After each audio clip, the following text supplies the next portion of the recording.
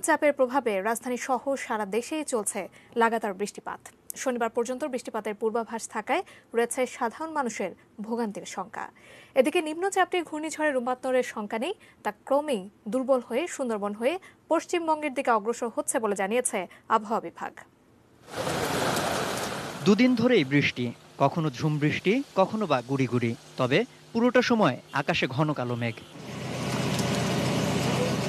লাগাতার বৃষ্টিতে নাগরিক ভোগান্তি, ঢাকাবাসীর মানিয়ে নেয় এক অভ্যাস। রাস্তায় পানি জমা, কাদা পানিতে চলাচলে বিঘ্ন।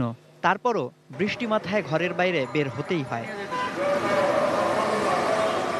নগর জুড়ে চলছেও নানা উন্নয়ন কর্মকাণ্ড, ফলে রাস্তায় খোঁড়াখুঁড়িটাও আছেই।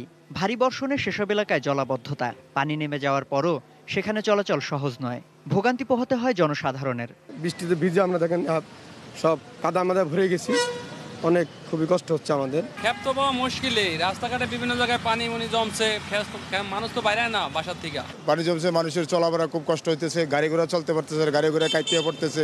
এদিকে আবহাওয়া বিভাগ সমুদ্র বন্দরগুলোতে ৪ নম্বর হুঁশিয়ারি সংকেত নামিয়ে ৩ নম্বর সতর্ক সংকেত দেখাতে বলেছে।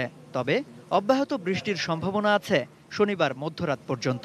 এখন যে নিম্নচাপটি হয়েছে এটি ঘূর্ণিঝড়ে শক্তিশালী হয়ে ঘূর্ণিঝড়ে পরিণত হওয়ার আর কোনো সম্ভাবনা নেই। নিম্নচাপটি চলে যাওয়ার পরে তাপমাত্রা কিছুটা কমে গেলেও এটি আবার একটু একেবারে শীতকালীন আবহাওয়া হবে না।